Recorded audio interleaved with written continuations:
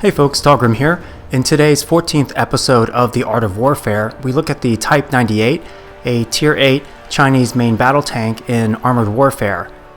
The tank is equipped with some pretty solid weaponry. The AP rounds has a top penetration of 547, and the heat round packs a lot of punch at over 700 damage base. You'll generally want to save your heat rounds for squishy targets and when you know you have the rear of other main battle tanks. The anti-tank guided missiles are a great option against a few main battle tanks, in particular the Tier 7 Challenger and the Tier 8 Ariete, which are not equipped with active protection systems, so you can penetrate areas like the gunner side or the driver's hatch with it. The HE I don't really use too much. It's mostly situational for finishing off low health targets. In terms of the build, I recommend smooth ride on the driver and then spin to win. And marksman is your first skill, and shoot from the hip for your second skill to improve the accuracy and gun handling. For the retrofits, augmented breech lock and chrome barrel lining for the accuracy boost and buffs to reload and damage. Accuracy boosts really do improve the gun handling. And for the mobility retrofit, I usually take the air induction pre-cleaner on MBTs to increase the hull traverse speed. And last but not least, intercom systems. And this will provide some nice buffs overall to your tank's driving and gun handling.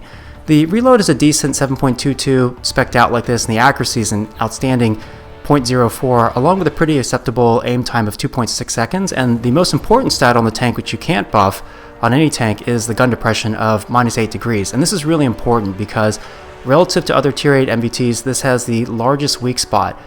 It's really kind of feels like a Tier 6 level weak spot in terms of the size. And even if you compare it to the T-90, that has a much smaller weak spot. So with 547 pen, you can notice that the upper half of the lower front plate is yellow, and the lower half of the lower front plate is all green. And even if I switch to heat, with the heat rounds, the upper part of the lower front plate right here is all red. However, the lower part of the lower front plate is still green. So the bottom line is you really have to hide your lower plate as much as possible and utilize that gun depression. And what this means from a tactics perspective is you can't push down a lot of the lanes that you might otherwise in a Tier 8 MBT, because if you push out onto flat ground, your lower front plate is going to get chewed up. There are a couple other weak spots on the tank. One is the driver's hatch, which I had already shot there right below the gun, and then there is a slight area that is yellow, which is the turret ring, but it's pretty slim and hard. Like right there, I didn't even penetrate it. So most likely you're going to get shot through your lower front plate. The driver's hatch, where that previous shell went through, is pretty easy to protect as long as you're just wiggling and moving a little bit. So let's take a look at this tank in a Tier 9 River Point battle. You may remember that in previous episodes, I think episodes 3 and 6, I talked about and advocating going to the 8 line in an MBT, and I now think, after having a lot more experience, that's not really a good way to go.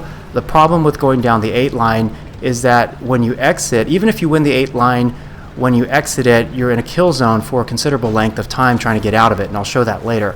A really good place to go from the north spawn is this area here, and we've got 2 crabs who are spotting from E4. There's a great spot right by a rock on the other side of that ditch, and because of this, these MBTs are getting spotted, and we get some early damage on them. This is great.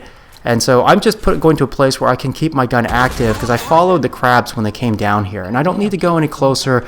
From back here it's possible for me to get lit, and I just got spotted right there, but I don't need to be any closer. The gun accuracy and the velocity of the AP shells is more than enough to hit a tank. And from this distance, even if a tank spotted me, hitting me in the lower part of my lower front plate is going to be a little bit difficult. Not going to be easy.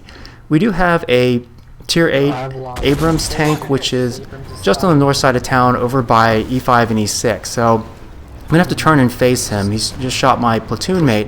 And remember, as you're going to close the gap toward an opponent, you have to be really aware of your lower plate. Now right here I should have popped smokes, because right as I come over this ditch, I get hit on my lower front plate. So I gave him that shot, and I don't stop. It's really important here not to stop on ground where my lower plate is exposed. And now I get to utilize this 8 degrees of max gun depression. The best place to shoot the Tier 8 Abrams is on the driver's hatch. I just fired a touch above it at the driver's viewport, which are those little kind of reflective glass pieces, but you want to shoot right below it. So, and your pen indicator will tell you when you're aiming at it, it's green. So that shot was on the driver's hatch, but just missed.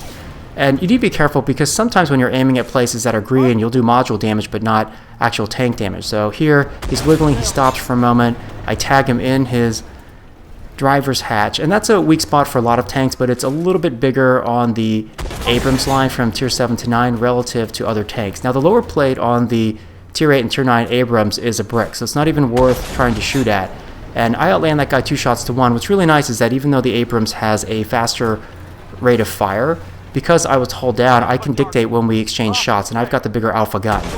Now if I have the choice, I'm going to aim at the higher tier MBT always. So this tier 9 Challenger 2, which is their strongest tank on this flank, was exposed to me, and this is the danger for their team. Even though they've won the 8 line, they can't progress and push up the 7, because their tanks that are pushing up along the 7 are now exposed to 2 fields of fire. They're being hit from tanks up by A6 and A7, and they can also get hit by me. So I've essentially stalled out a bunch of their tanks here down by the D8 area, and they can't exit. And the thing for them is, even if they try to back out and go south along the 8 line, cross over from the D to the E lane, they're going to put themselves where I can shoot them in the side.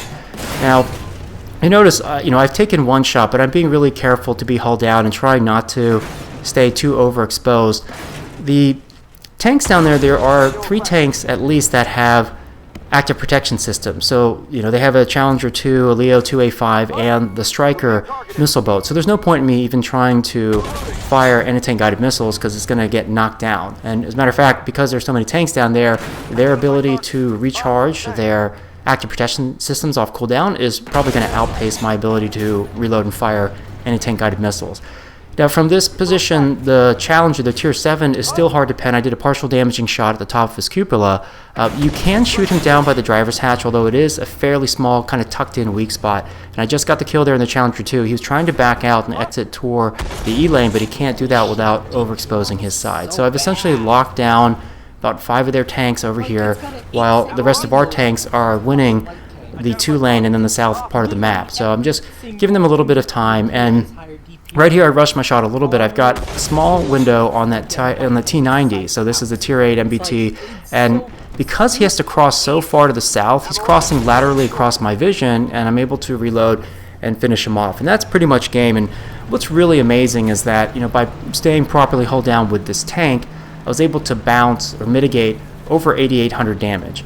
So, originally I was going to make a video talking about the T-72. That's the tier 5 Soviet MBT, but to a large extent, the way that you play that tank and this tank are pretty similar. You want to stay hull down as much as possible, and here I get close enough so that he can't shoot down on my lower plate, and then I tag him right there in the driver's hatch, which is just that little bump on kind of where the right collarbone, the right front of his tank, or from my view, just the left front side of the tank.